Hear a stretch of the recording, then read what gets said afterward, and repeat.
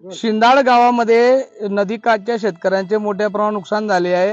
आता आपण अनेक शेत बघून आल्यानंतर राजुरी रस्त्यावरील एका शेतामध्ये आहोत। ते किस्सा घडलाय असं झालंय, पूर्ण वावर वाहून गेलंय, ढोर वाचले फक्त कसे तरी।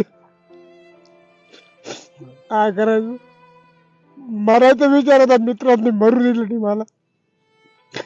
मुलगा अपंग आहे, लहान मुलगाला शिक्षणाला टाकलेलं आहे, पूर्ण शेती वाहून गेली। करायचं काय? तुम्ही आलो होतो भेटायला, कोणी नाही आलं, पंचनामा झाला का? नाही झाला अजून।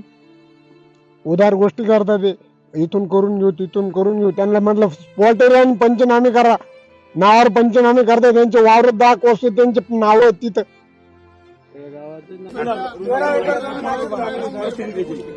करायचं काय? डोळ्याने मुलगा अपंग आहे माझा।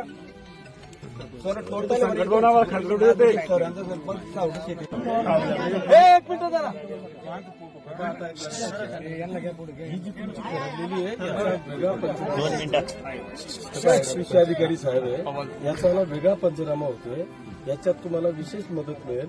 जो ओला दुष्काळ तर जाहीर होईलच, पण ही जी खरडून गेलेली जमीन आहे ना, याचा मला एनडीआरएफच्या निकषाप्रमाणे 100% मिळेल। भाऊंनी सांगितलं, मी माझ्या परीने आणखी प्रयत्न करून आपल्याला कॅबिनेटमध्ये काय जास्तीत जास्त मिळवून घेता येईल तोही प्रयत्न राहील।